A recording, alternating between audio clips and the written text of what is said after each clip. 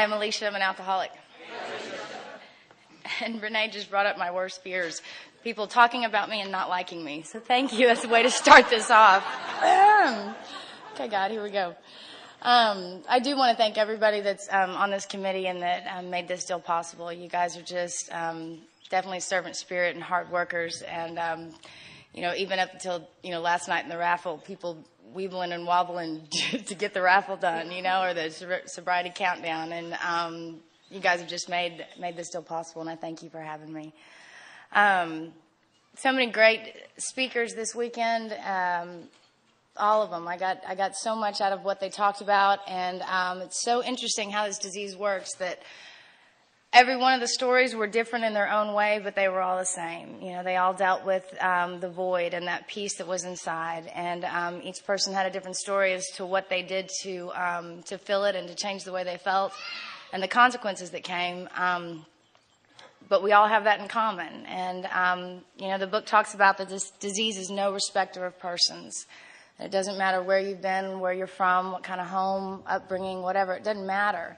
If this void's there and you have this disease, then we all know what we're talking about, And the flip side of that is that the solution's the same. That's the biggest part, We all know what we can do to make that stop, and that there is hope no matter where you've been or what you've done. And I know for me, when I walked into Alcoholics Anonymous, that was just it was an eye-opening experience for me, because I thought that the way I'd been living was just the way I was going to live. I did not think there was a way out. I didn't think that there was any hope that one day I would not only not drink alcohol, but I wouldn't even think about wanting to drink alcohol. That's the one that freaked me out. They promised that my mind, the obsession, would be gone as well. And that is something I'd battled, from 14 to 26. I either had alcohol and other things in my body daily, or I thought about getting them, and so to have peace of mind and to be recovered, that the book talks about, I didn't think it'd be possible. But thank God for Alcoholics Anonymous. Thank God that I walked into a room of people carrying big books and talking about solution. Had I walked into some other meetings, I might have walked out and gone, I don't want what they have, but God knew where to send me, and because of that, I'm free today. I've really got to work on an exciting way to start my story, because it's just so stupid. I'm from San Antonio. It's so dumb. Anyway, we come from a great family.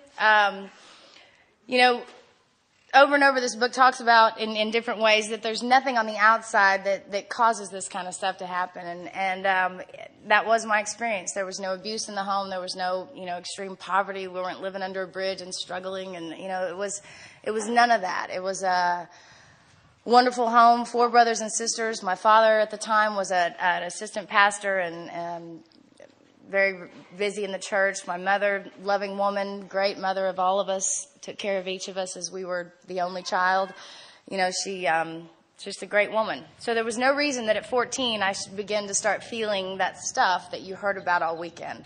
The not okay in my skin, the anxious, the depression, the different things that the spiritual malady kind of goes with. And I went to private school for 10 years. God, everything was great, but at 14, was ready for something different. I did not like the way I felt, and that's when I found alcohol. And I don't know if it was, Mad Dog or Boone's Farm or what kind of lovely beverage it was. Don't remember exactly. But my first drink, I remember exactly, everyone shared it this weekend. All of a sudden, dunk, I got right. The anxiety was gone. I was much prettier. I was much funnier. I could talk to the guys I was scared of. I could, talk to the girls that I'd been intimidated by, and it was just all of a sudden I was okay. And I remember having the conscious thought, I'm going to be doing this for a long time, because for the first time, I felt okay about me. And so I followed that dream of doing this for a long time. And at 17, had transferred to public school and immediately gravitated to the party crowd because they were much cooler. So at the end of my junior year, the head of that party crowd that I'd been dating, he broke up with me. And I was devastated because this was high school love. I mean, we were going to be married and all kinds of stuff in my head, you know. And I'd written his name all over all my spirals, and it was like love for the first time. But he ruined all that. He broke up with me. And so I'm out of the crowd now, you know. And so it wasn't a good feeling. And I set out that night to get lit. You know, the book talks about blotting out the consciousness of your intolerable situation, and that's what I set out that night to do. And I succeeded. I was very good at that. And that night I remember walking out the door. I remember looking at myself in the mirror. I remember what I had on, walked out the door. Next thing I remember is I wake up in a hospital with jaws wired shut, trach in my neck, arms tied down, staples in my stomach, feeding tube over to the right, and both legs in a cast. And I had no clue what happened. And what I'm told happened is that I succeeded at getting lit, and my friends couldn't handle me anymore. I was in a blackout and was just acting pretty crazy, and they brought me home. And my mother was there, and we get in an argument, and I told her I just was leaving, and I just wanted to die. And I left, and I hit a telephone pole about a mile down the road, going about 45 miles an hour. I actually had someone the other day going, "That wasn't that fast." I was like, sorry. Like, you missed the whole tragic part of the story there. Thanks, hon. Anyway, but, you know, when I came to and you know, I had bit the steering wheel. I didn't have my seatbelt on, and so I kind of bit the steering wheel like that. I broke the palate of my mouth, shattered my nose bone from the inside, ripped my cheek, and bit off my bottom lip, and knocked out 4 teeth. So this is where the majority of the damage took place. And I remember looking at myself in the mirror and absolutely not wanting to live anymore because I was so ugly inside, so dark inside that I had used outsides to kind of get through life. And now I was pissed at God. I felt that God had taken that from me. I remember even asking God, how could you let this happen? Why didn't you move the pole? You know, it's like, you know, the huge victim. And I just wanted to die. And at this point in my story would normally be where I used to have false teeth on a retainer. I had 4 little teeth that would go in and out on a flipper. And I used to pop my teeth out when I spoke. Unfortunately, God fixed my teeth this last year, so I can't do it. But they're in my car. If anyone, just kidding. It's not true. That's always a good way to get people, what the hell did she just do? Anyway, so 3 months in the hospital, learning to walk again. I mean, all reconstructive surgery, all kinds of stuff, and I leave the hospital. Well, the book talks about, given sufficient reason, can you choose to quit? You know, can you choose to stop? Well, here I've almost died in a drunk driving car accident. I get out of the hospital, and you would think that I would say alcohol bad. You know, you would think that I would want to stay away from it, but that's not at all what I did. In fact, my friends threw me a party for getting out of the hospital from a drunk driving car accident, and I'm not only drinking at this party, I'm doing party tricks. I'm squirting beer where the teeth are missing. You know, like this kind of deal here. I'm putting magnets on my face to connect to the metal clamp. What is this accent? Metal? This metal clamp that's been inserted in my TMJ, you know, and I'm like, check this out. And they're all, dude, you know, it's like insanity, you know, absolutely insane. This is 17 years old. So I can look back and see at 17 I had the 3 pieces of this disease. Can you control the amount you take once you start? Absolutely not. How do you feel without alcohol? Miserable, irritable, hate myself, depressed. Given sufficient reason, can you choose to quit? No. I just almost died and I'm drinking again. My family was just in awe that I had picked right back up. You know, here they just watched me die almost, and yet I'm drinking again. And that was the beginning of this insanity. You would think that would have happened at the end of my disease, but I started off with a bang, you know. And I ended up graduating high school, thank God, and went to Southwest Texas, which is now Texas State, you know. And a lot of reasons that I went there, but one of them is because I took the SAT on acid, and sorry, that's an outside issue, but the little dots were moving everywhere, and it was really difficult to get the right dot, and so I didn't score real high, so I went there, and also that I found my people. I mean, my God, this was the party school, you know, and This is where I began to realize, though, that I don't drink like other people do. It hadn't hit me yet. But I was in this little sorority deal up there, and living with about 60 or 70 girls, and these girls are downstairs eating dinner before we went out. Why would you eat dinner before you go out drinking? I mean, it so confused me. I mean, I'm upstairs chugging beers and taking shots, just to get right, to fit in, to walk out the door. And I didn't think that was abnormal, but I'm starting to notice something's not right. As my disease progressed, they would have people to watch me each night going, okay, who's watching Alicia? Are you going to be okay tonight? Yeah. I'm just going to drink beer. I won't drink hard liquor. It's going to be cool. Yeah, no, I got it. Don't worry. I ate. I'm fine. I would have all these plans of how I was going to do better each night. And night after night, that would fail, After 2 years of this, I dropped out of college because apparently they want you to go to class and stuff, and that was just way too difficult for me. So, actually, I graduated. I just lied. I dropped out, and the last semester I'm taking, psychological statistics. I'm taking 17 hours. I mean, I'm doing well, and I had a 3.67 GPA at the end. So again, the book tells us we're intelligent in a lot of areas. Some of us are so talented and creative. But when it comes to alcohol, we're strangely insane, and that was my experience. So I dropped out of college, and I moved back to San Antonio and meet my first ex-husband. I think I've decided I need to quit getting married because now I'm having to label first, second. There's only two. But anyway, I meet my first ex-husband, and he had just gotten out of prison 5 years straight for alcohol and drugs.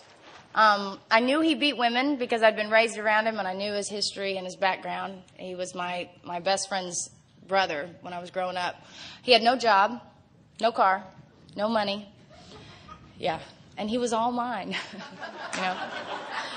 And I joke that there's a lot of women in Alcoholics Anonymous who would have fought me for him. It's like, no, he's mine.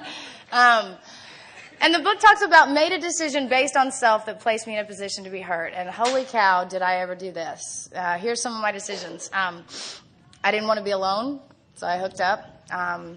He was involved with alcohol and drugs in this big, pretty dark scene, and that was pretty cool, so I wanted to be involved with that to look cool. What was the other one? Oh, the big one. I was going to change him. I was going to change him. And my Wayward Souls program was going to turn him around, and people would just praise me for what I had done with this demon-possessed man, And so I had all these decisions that I made based on self that got me into this relationship. I picked him. At the end of the 6 years with him, I had married him during that time. We got involved in some pretty heavy, dark stuff. And at the end of the 6 years with him, I have a knife to my wrist because I cannot quit drinking.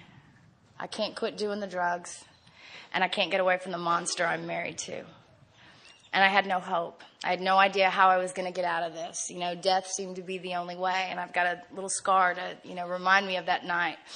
And instead of doing that, I rushed off to my parents' house. And during that 6 years, I had good jobs and lost good jobs. And at the end of that time, I had lost everything. We had given everything away in our disease. We even gave the couches away to support our habit at the end of that, to make sure that the supply of alcohol and stuff would continue coming. So I'd lost everything.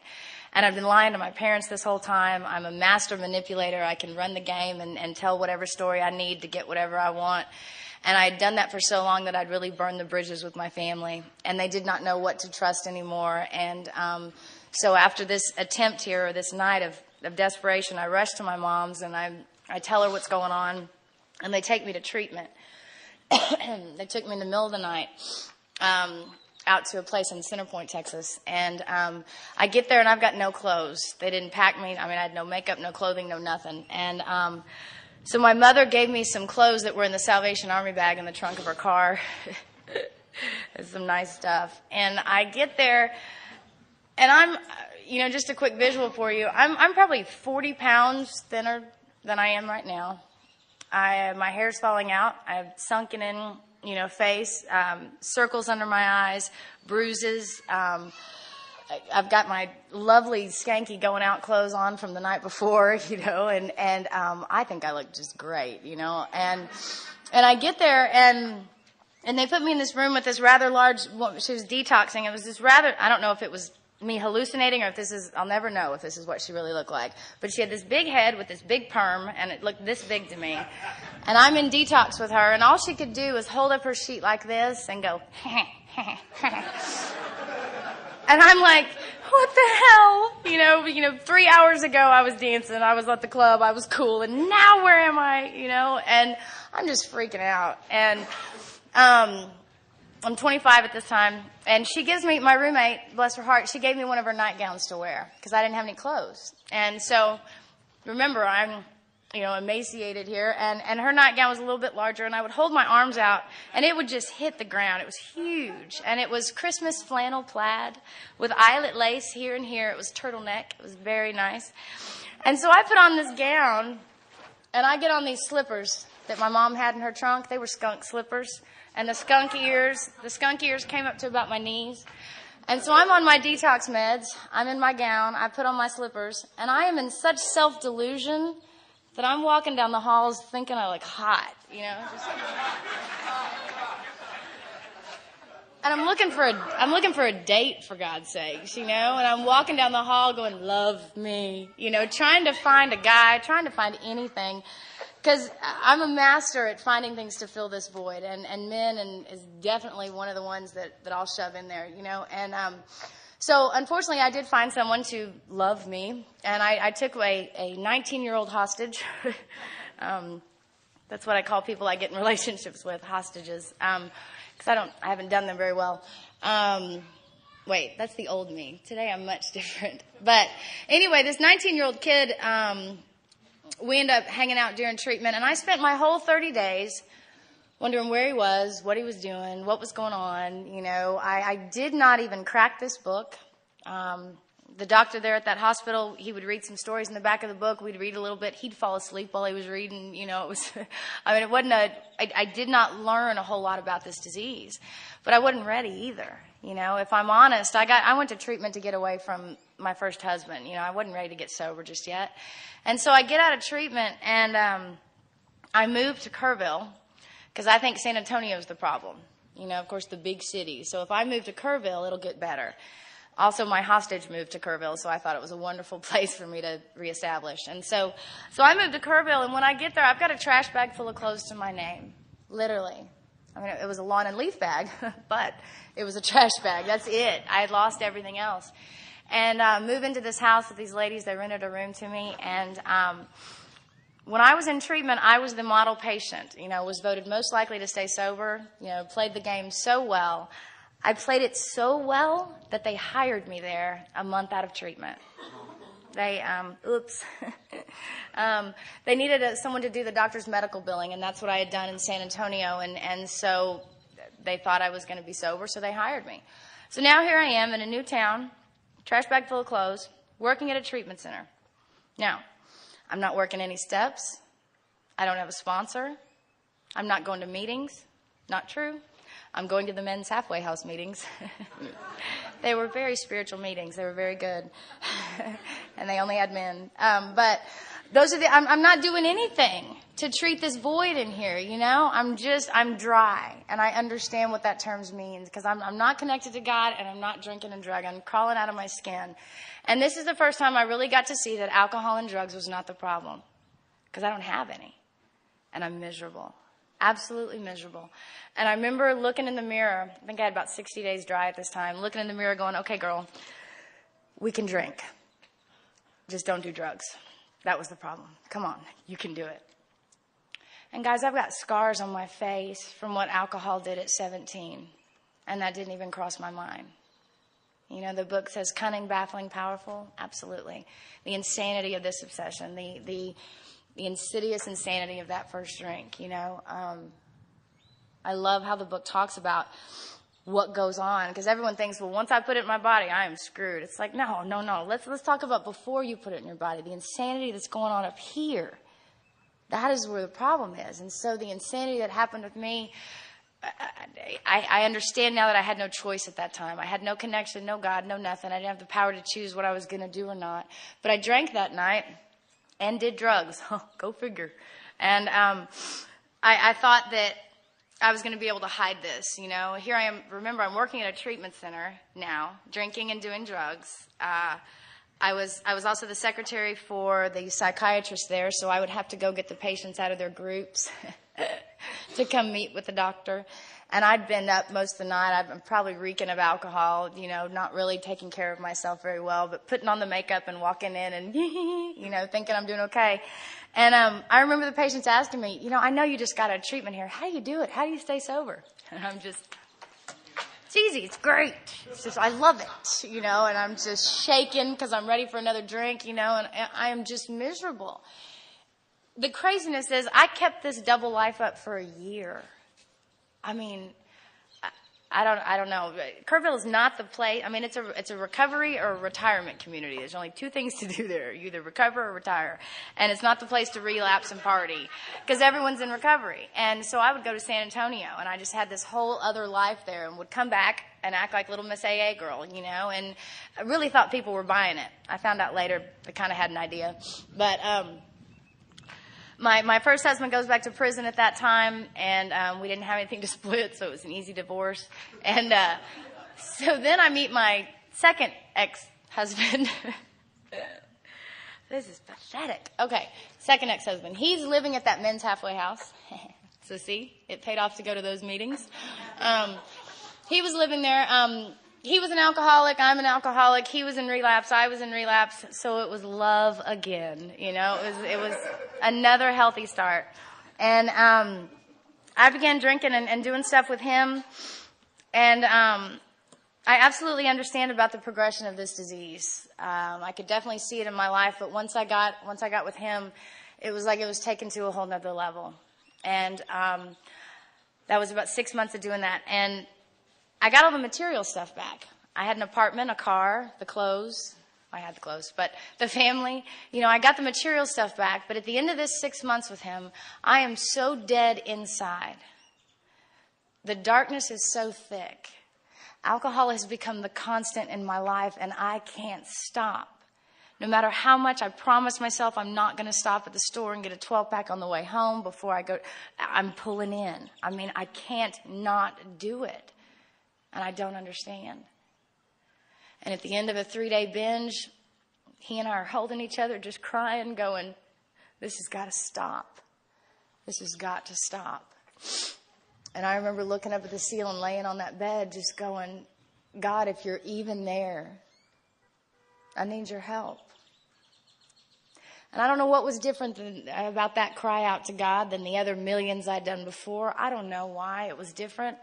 But something inside me didn't want to be this woman anymore.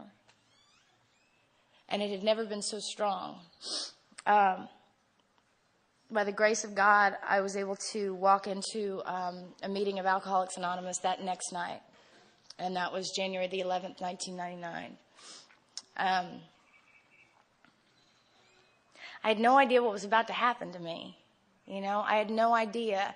My stepfather had been in AA when I was drinking in my college days and stuff. And I used to throw beer on him. I mean, he'd talk to me about his special meetings, and he would call his sponsor his special friend, and I would just, F your special friend, and I was just throwing, I was a nightmare. And so he was my example of AA and would try to get me when I'm drunk, when I don't even want to be sober, and so I was just, so walking into those rooms was real difficult. Plus the fact that most of the people that I worked with, that I'd been lying to for a year, they were in that meeting. That was a little difficult because I am the queen of wearing the mask like everything's okay. I'm a master at it, and I can switch the mask no matter who I'm with and what I'm doing, and I was just so good at it. So here I am in this room, and I'm about to get honest for the first time.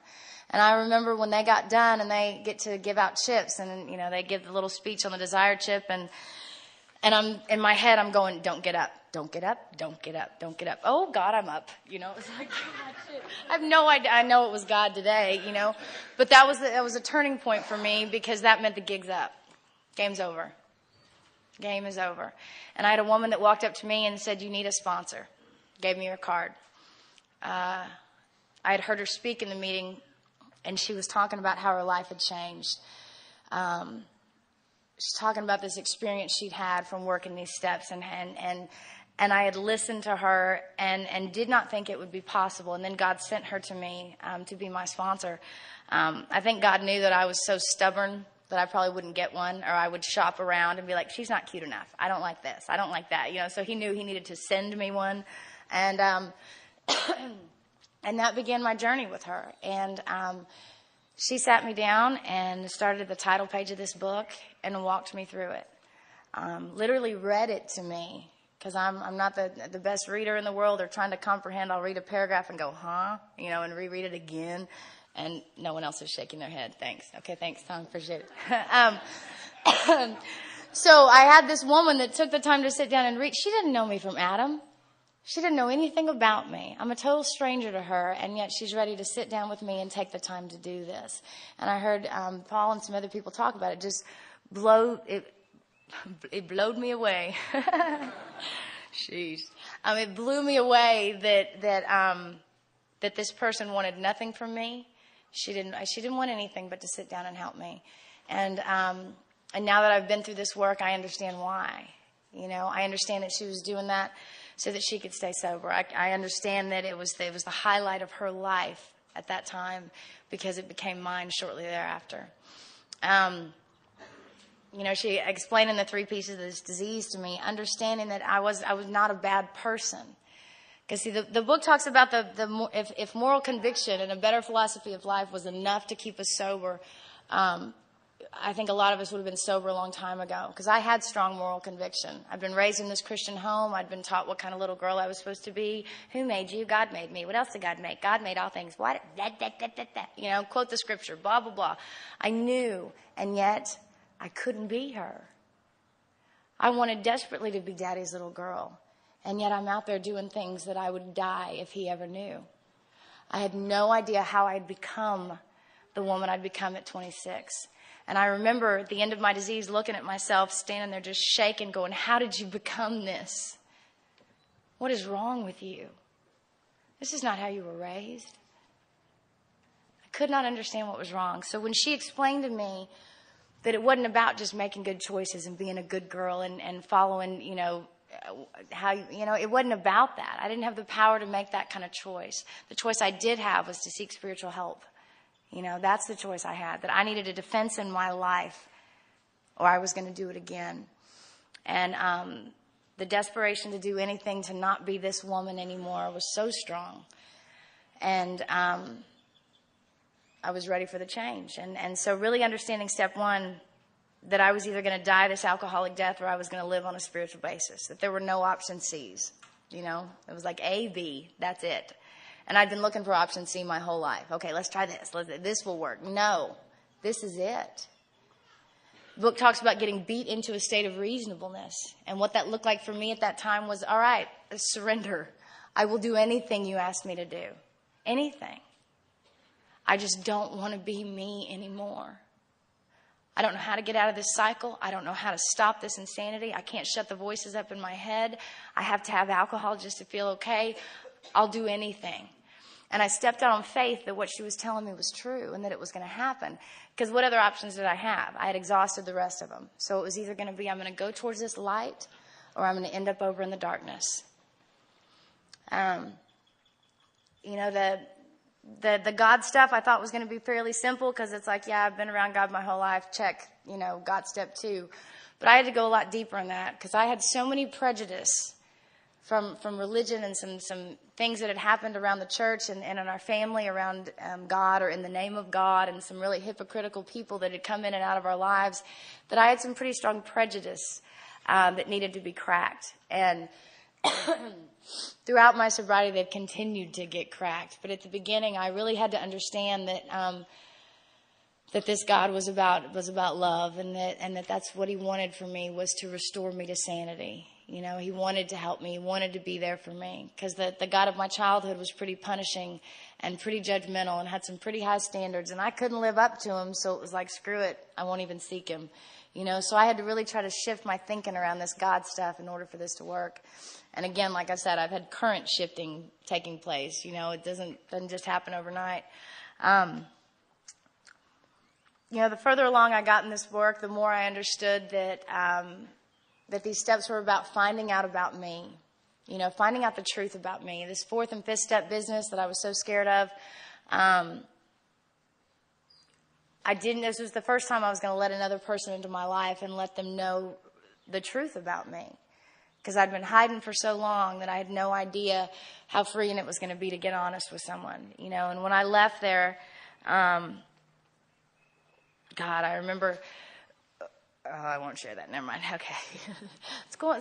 Never mind. Okay. So I get done with this fifth step business. And at the end of the fifth step, she goes, when we got to I'm about to share it again. Dang, stop. Right. Okay. So we get to the sex inventory, right? I'm just kidding. No, I'm not. And this was my dark closet. This was the behavior. Heidi talked about some of it too. This was the place no one had ever gone with me. Me and God, we're the only ones that had these memories, And so when I got to this part, it was like, I don't want to look at my behavior around this stuff. I don't want to talk about it. Can we just go on? And that was so freeing, because darkness cannot live where there is light. So as I opened this dark closet, I took this padlock from hell off that closet, and I let this light in. She helped me understand that that's who I was in my disease. That's not who I am. That I am a child of God. That I am precious and innocent. And that the things I did in my disease, that doesn't define me as a woman, And it was an amazing experience. Again, because I had beat myself up so long for who I had become. And then she shared some of her stuff, and I was like, geez, woman, you're a hoe. Just kidding. Just kidding. But it was almost like I wish she would have shared that with me first to kind of let me know I was safe. But thank God for that's what I'm talking about. This is a total stranger. She's probably my mother's age. She's, and yet we've been through the exact same stuff. God knew who I needed in my life. And 6 and 7, I got to see who I was without God. I got to see that where my need was. I get to look at these things in my life that are objectionable to me so that I can try to become the opposite. I had an amazing experience around the amends. And the biggest one for me was, that night of my car accident, my mother is the only one that knows really what happened that night. She's the only one that knows the fight we got into, the things that were said. I don't remember. And my selfishness, I let my mother carry that guilt until I was 26 years old. About if I could have only said this, if I could have just stopped her, if I could have just taken the keys, if I could have just calmed her down, and I'm so selfish that not only did I let my mother carry that, but I used it. I used my car accident. Mom, people are talking about me, in my face, and make her feel bad for me so that I can get what I want. I used this thing. I wanted to play sports in college, and that was taken from me because of the wreck. And I would use that to make her feel sorry for me. And I had no clue how this tortured this woman until I got to make amends to her. And part of my amends to her was releasing her of that and taking full responsibility for that night. But there is nothing she could have done. There's nothing she could have said. I was the drunk. I was the one that drove. It is what happened. And not only that, but now God uses it to help other people, Mom. It's not your fault. And here's this pretty tough woman who been through a lot in her life, and you can just see this. She's physically, it's coming. It's coming. This years of guilt that she's suppressed for years about what she could have done for her daughter. And she just loses it.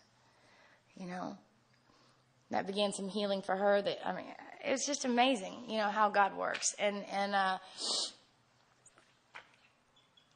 that is such a huge part of my recovery today, as far as accepting responsibility for where my life is and what's going on, accepting that and doing something about it. Because I've been the victim my whole life. When I first got sober, my sponsor used to say, Alicia, your V is flashing. Because I'd be like, did I tell you what he did? Victim, victim, victim, Because I realize how much I get out of it. My God, I get attention. I get sympathy. I get my way. I get an excuse for why my life sucks. I get something out of it. And it was so comfortable and familiar to me that it was terrifying to get out of it. It was terrifying to step up and do something different. And yet I had said at the beginning, I'm willing to do anything to not be me. And that meant getting out of the victim role and growing up for the first time. When I got to step 12, the first woman that I sponsored, she got loaded. I was like, oops, did something wrong, must have skipped a page or two or something. And that happened a lot. But I finally started to understand why I was sober. It finally clicked as to what the whole plan and the purpose was of my life here. The book says we have recovered and been given the power to help others. That's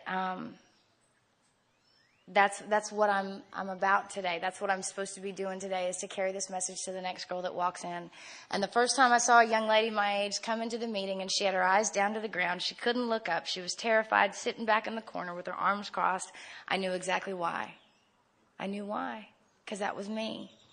And the amazing thing was I now had something to offer. I had something to go give that girl to help her, and not just help her have a better day, help her save her freaking life. I mean, this was an amazing responsibility that I'd been given, that we've all been given from doing this work. And, the book talks about over and over that trials and low spots, helping others is going to save the day. Trouble in personal relationships, throw yourself harder into helping others. Nothing ensures immunity from drinking is helping another alcohol. I mean, it's throughout the whole book because it's the key. Helping others is the foundation stone of our recovery. And if I'm not doing it, then I'm missing something. I'm missing it. I've done a lot of stupid things in my little time sober. I have made some mistakes, gotten complacent, huge ego. I mean, I've done a lot of things that some of us do. But the one thing that God has continued to do is to place women in my path that need help. And if I will step up to the plate and help them, it always seems that God takes care of me. And I really started to finally understand that how it works is that I'm going to think about you and what's going on in your life and what I can do to help you. You're going to think about God, and God's going to take care of me.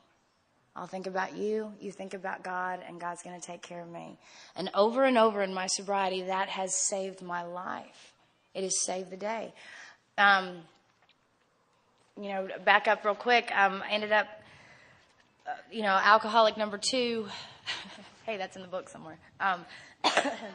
My second ex-husband, when I had 2 months sober, I finished the work. I'm sponsoring people. The obsession was lifted, probably 30 days into my recovery.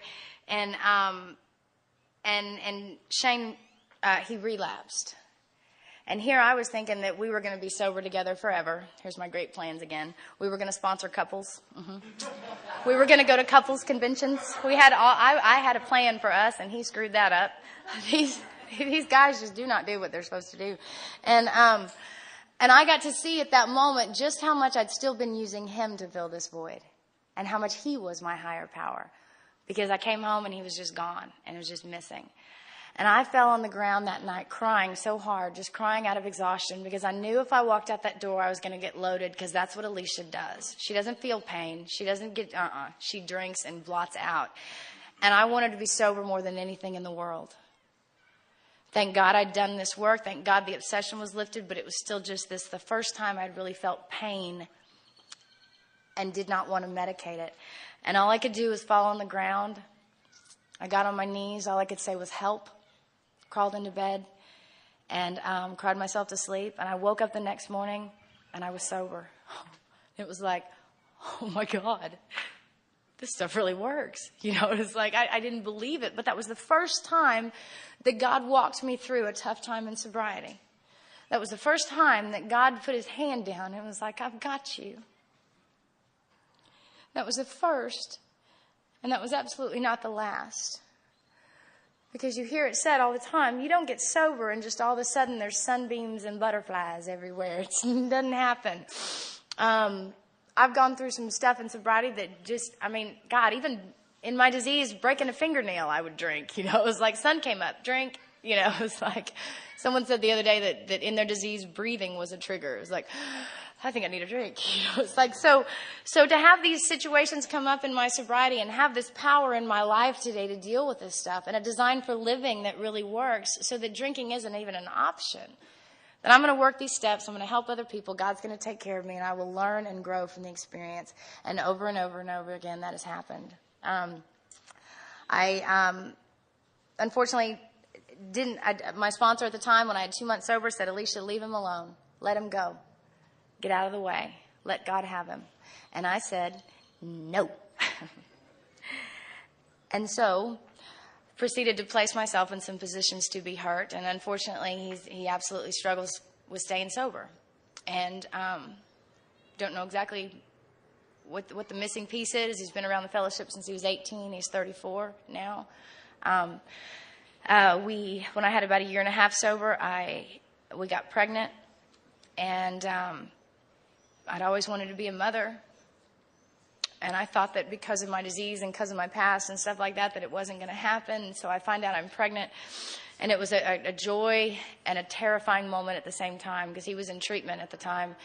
And I'm living in this garage apartment with, no insurance. And I'm just going, God, wait a minute, not now. But God knew what he was doing, And we get married and have this child, and I'm thinking that's going to help him stay sober. Then he'll stay sober. Jan from Al-Anon yesterday, she just told my story as far as I began to get affected by this person's disease. I began to get insane around trying to make this person stay sober. I didn't put on high heels and hot pants, and that whole story she told, that was hilarious.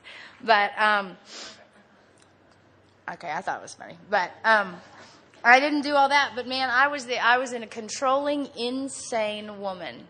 Where are you going? What are you doing? Where's the checkbook? Where's the keys? Why didn't you come home? What's going on? You're lying to me, screaming. Some of the tradition stuff we read earlier, absolutely breaking those, because I would speak about God and the power of God and how God's either everything or he's nothing in meetings. Then I'd come home to him.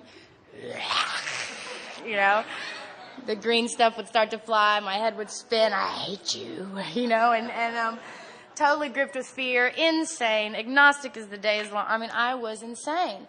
And I got to the point, another breaking point in my sobriety, that I knew if I didn't do something soon, I'm going to get loaded. Because the way this disease cycle works, we all know so well, God comes in and treats this spiritual malady piece, and it leaves. And that's why the obsession goes away, because I no longer need something to treat that void. Well, if I don't stay active, and if I don't stay current, and if I don't stay doing what I need to do, that void's going to come back. And pretty soon, I'm going to start snapping at people. And pretty soon, I'm going to be feeling sorry for myself. And pretty soon, I'm going to be miserable, irritable, restless, and discontent. And if I stay in that very long, the obsession will return. Because I need God in my life in order to keep that gone. So I got in a really scary spot and realized if I didn't do something, I was going to get high. I was going to get loaded. And thank God for Al-Anon. Al-Anon saved my sobriety. My first Al-Anon sponsor said, Alicia, you just need to separate the disease from the person. And she said, anything that's negative in him is the disease. Anything that's positive is God. And when something negative happens, you just need to say, that's the disease of alcoholism, and let it go. I said, all right, lady, the disease just stole my checkbook. I don't have rent, I'm a little pissed. So I had to learn a lot in that deal, and thank God for it. It saved my sobriety.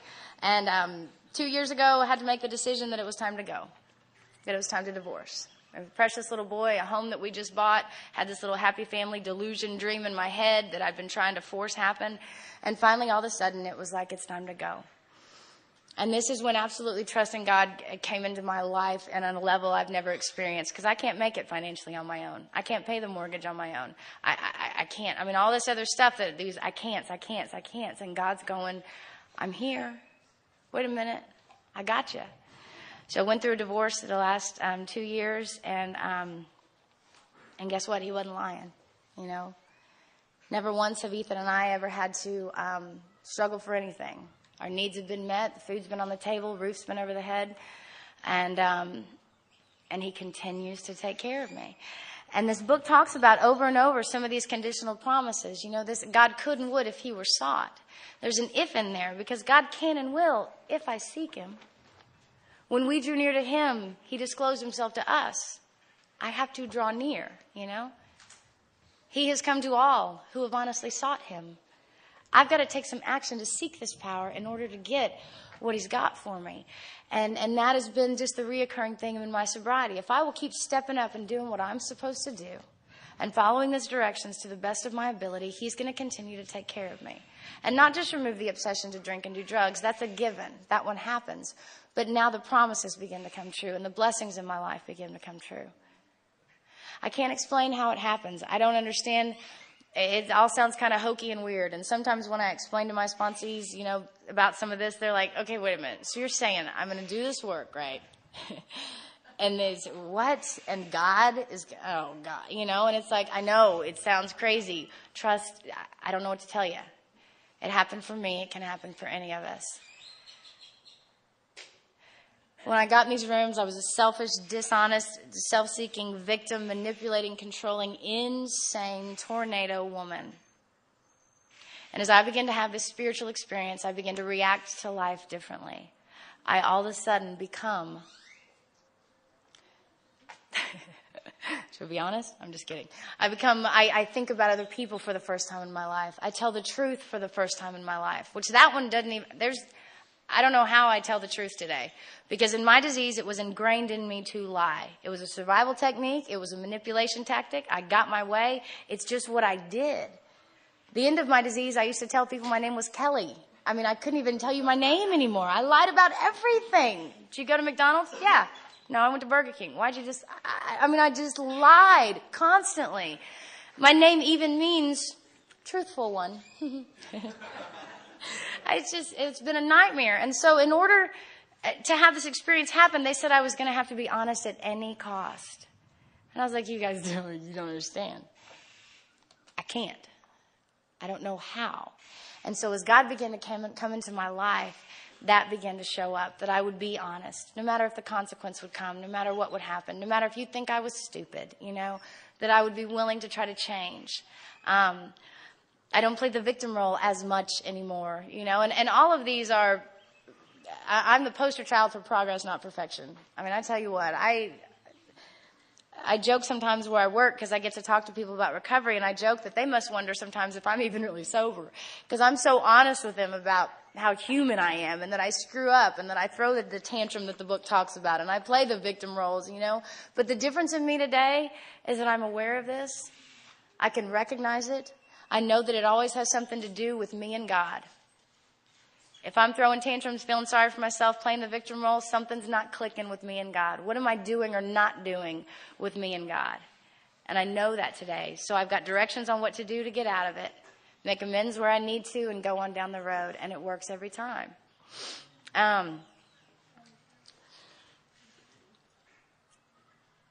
The program of Alcoholics Anonymous saved my life. It saved my family's life. There's other people in my family who are alcoholics who are time sober now. It's brought healing. It's given me the power to be the mother that I always wanted to be. It's given me the power to be the friend who can be there no matter what. I've got friendships today that are built on this program, and there is nothing you could do to ever break that bond. It doesn't matter what town they move to or where they go. Because we have this in common, we will never be apart. It's allowed me to be the aunt that can show up for the nieces and nephews. That I used to not even show up for birthday parties, never bring a present. I'd be irritated the whole time I was there and leave. And that was just what I did. They didn't even know me. They didn't even want me around. And today I can show up. I can be Daddy's little girl for the first time in my life. Have a relationship with this man, my father, that I never wanted one with. See, he was out there saving souls for Jesus, and I was satanic possessed girl, so we didn't hang out a lot. So throughout my whole disease, I wanted nothing to do with him. I was so full of shame and guilt about the girl I was anyway. He wouldn't, I had this thought that he wouldn't love me. So today there's a relationship that's there. All these things come to pass if I will just do a little bit of footwork. And I never thought it'd be possible that I'd be standing here today. Because only I know who I was in my disease. So only I can really be in awe of the power of God and what he's done to change my life. Life continues to go on. Things continue to happen. But we have a design for living today that really works. I got a call yesterday out here that something had happened at home with a certain situation, and some more of my little plans and designs they're not going the way I thought they were supposed to go, and my son's affected in it, and I have no choice but to trust that God will just continue to show up. You know, it doesn't feel good. It's not what I want to happen. It's not the way things are supposed to go in my book, but I know God's got me. God's got us. You know, I was talking to a friend yesterday about meditation and trying to get some guidance and direction on how to do it better, because I don't know about y'all, but my head's a little noisy. And sometimes even when I get quiet to pray, it's like, dear God, oh man, what am I going to have for dinner? I don't know. Is the phone going to ring? Shit, I was praying, you know. So the discipline on that, it's been difficult. And so I got some guidance on it last night and then tried it what he had suggested this morning. And I'm sitting there being quiet, and I hear this, what are you doing? I don't know how this stuff is supposed to work, so I'm all, what are you doing? Okay, maybe what he's trying to I'm trying to get all into it, and instead I just went, nothing. What are you doing? And I just laughed at myself. And this could just maybe be subliminal, I don't care. But then I heard, I'm watching you, and I'm loving you, and you and Ethan are going to be okay. And I heard that 3 times, and then heard, I've got Ethan, I've got Ethan, I've got Ethan. And that was it. And it was an amazing experience, because this little boy, he doesn't always wear dog ears like this, but this little boy is just the light of my life, and I want to do whatever I can to be the best mother I can be, to keep him from the effects of this disease in whatever way that I can. And the more I'm connected to God, the better parent that I am, the more sane I am, the more patient and loving and tolerant I am, and I want to do whatever to make that possible, because he is such a gift. And I trust that God's got me. I trust that God's got Ethan, and that's not who I used to be. I'm going to end with this. A couple years ago, I let my dad hear a CD of a woman's talk that I did. It was an AA Al-Anon talk, and I gave him the CD, and he listened to it and gave it back to me, and he was just weeping because of what his little girl was doing today. You know, because he almost saw me die at 17, and then how many nights did I steal from he and my mother just wondering if I was dead or alive, you know, and this blatant selfishness of not even thinking how I was affecting them. And so all this stuff I'd put them through, and here I am today. God's using all that now, you know, and it was pretty cool. And he said, Alicia, God wants you to, his ministry is music. He's a missionary now over in China, and his ministry is music. And he said, Alicia, God wants you to write some songs about what you've been through in your life. I'll put them to music, and we'll get them recorded. I was like, sure. Okay. I've never written anything. We have musical talent in the family, but I don't sing professional. I sing in the shower and in the car, you know. And I have no money. So I was like, whatever, Dad. But I sat down one night to just give it a shot and write a poem. And I was it was very just free. I had a thesaurus and a rhyming dictionary. I wasn't trying to orchestrate it at all. I used words in this poem I've never said in my life, unreservedly. Has anyone ever said that out loud? But it's in my poem. Anyway, but by the time I get done with this poem, I know I didn't write this. You know, I know that God had a part in writing this. And the poem is called Scars. And for me, external scars, I'm covered head to toe. Some of you have them as well, almost battle wounds from our disease, things we've been through. But more importantly, the internal scars. The wounds, the pains, the hurts, the shame, the guilt, the things you've been through that have scarred you internally. And in this poem it says, I asked God why all these things took place, things that changed me forever and caused such disgrace. His answer came clear. The tears began to lift. My child, those scars are your greatest gift. With my power behind you, we will change lives together. Trust me, keep seeking, and I'll leave you never. And that message just resonated in my spirit so seriously that everything I've been through in my life, God is going to use.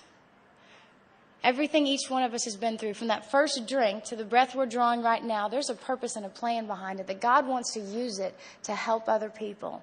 And if I will step up and show up and allow Him to work through me, then lives can be changed. You know, these things I've been through used to be my garbage that I carried with me everywhere I went, and I would vomit on everyone about what I'd been through. And let me tell you what I've been through. And now it's like, that's not what it's about. Today it's going to be used to bring life to other people if I will allow God to do so. Page 124 in the Family Afterwards, it's one of my favorite paragraphs. It says, this painful past may be of infinite value to other families still struggling with their problem. We think each family which has been relieved owes something to those who have not. And when the occasion requires, each member of it should be only too willing to bring former mistakes, no matter how grievous, out of their hiding places. Showing others who suffer how we were given help is the very thing which makes life seem so worthwhile to us now. Cling to the thought that in God's hands, the dark past is the greatest possession you have, the key to life and happiness for others. With it, you can avert death and misery for them. That's exactly what I just want to leave you with, that this past that we have, the things we've been through, it's all going to be used. And we have a design for living for God to show us exactly how He's going to use it. This disease is real. It's killing people everywhere. We need more people to step up and show up and carry this message and use this gift you've been given to bring life to others. I'm going to freak y'all out here. I'm going to end with singing the chorus. I want to thank you guys for having me share this morning. I don't know how to do all this very professionally, so I cough and spit out gum and stick it on my lid. I'm going to get my act down soon one day. Renee, will you hold? I'm just kidding.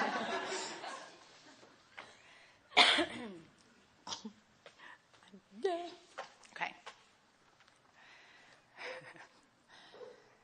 So now with God's power, all the scars make sense. My spirit protected, I have found my defense. There is hope for you, 'cause there was hope for me, and He'll walk you through it.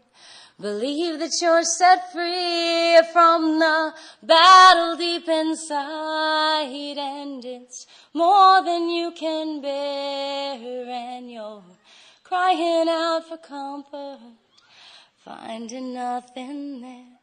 There is hope for you, 'cause there was hope for me, and He'll walk you through it.